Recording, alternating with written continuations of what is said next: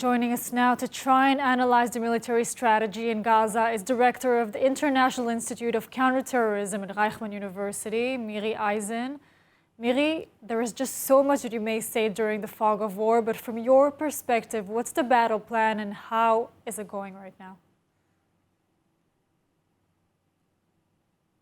The battle plan itself is actually quite clear. It's going after the Hamas defense system that they built over a decade. And that means getting into the urban area, dismantling, attacking, targeting the terrorists themselves, their weapons, and within that underground, getting into the subterranean arena. That's hand in hand in that ground operation to get closer to the hostages and maybe get to them in physical ways. Miri, foreign reports say that Israeli tanks have encircled Gaza City, cutting it off from the rest of the enclave. Israel took a key position in Jabalia. Is it correct to say that severe blows are being landed and Hamas has effectively lost its ability to rule there? Or not Hamas so much? lost its ability to rule a week ago. They're trying to still show themselves with their bravado. Israel has been very clear that we are disconnecting the north of the Gaza Strip from the south. It isn't easy, it isn't nice, but we are trying to save the civilian lives by telling them to go south. In that northern area, we are slowly encircling, and as I said, it's urban warfare. You take it step by step, and it is that subterranean arena, which is the hardest kind of warfare there is. You do it slowly, systematically. Hamas is caving. It's just trying to show itself as not. Do you expect that after Israel effectively controls the land above Gaza, it could then face a long siege to force the terrorists out of underground tunnels? Because we know that the real battle is over there.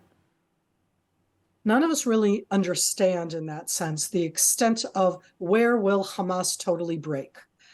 They haven't broke yet. They're getting near it. At that stage along the way, Hamas has 25 to 30,000 terror fighters. We've already killed thousands. They are using these defenses under the city of Gaza, under the refugee camps, this whole subterranean arena for their protection, not for the civilians' protection. At the stage where we are controlling additional areas, Israel is doing this systematically and slow. They have a lot of weapons. We are strong. We understand it. That means that there will be Israeli casualties, but it isn't something that you do quickly. Quickly is dropping an atomic bomb. That's not what we're doing. Of course. Now, what do we know about the efforts to release the hostages? Are the ground operation efforts also there? Because we're not seeing any talks trying to secure a deal to release them, in recent days. Israel's top priority is the hostages while defeating Hamas. It's not either or. It's not instead. These are the top aims. If we can rescue them all, wonderful.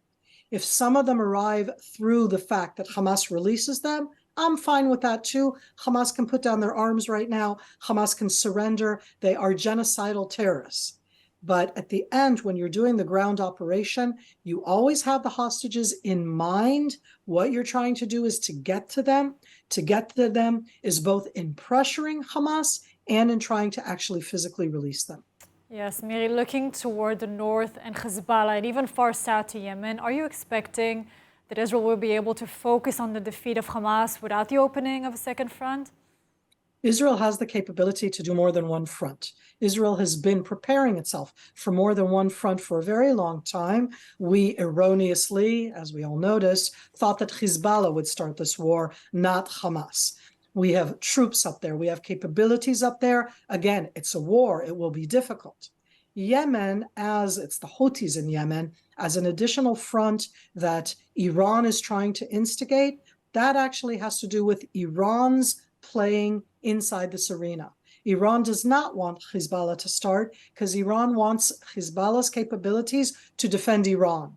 So it's bringing in the Yemenites, the Houthis. It's bringing in other Shiite Iranian proxies up on the Golan Heights, different Iranian Shiite proxies in Iraq, both against U.S. targets and against Israel. We have the capacity. We can withstand it. This is more about Iran than Hezbollah or the Houthis in Yemen.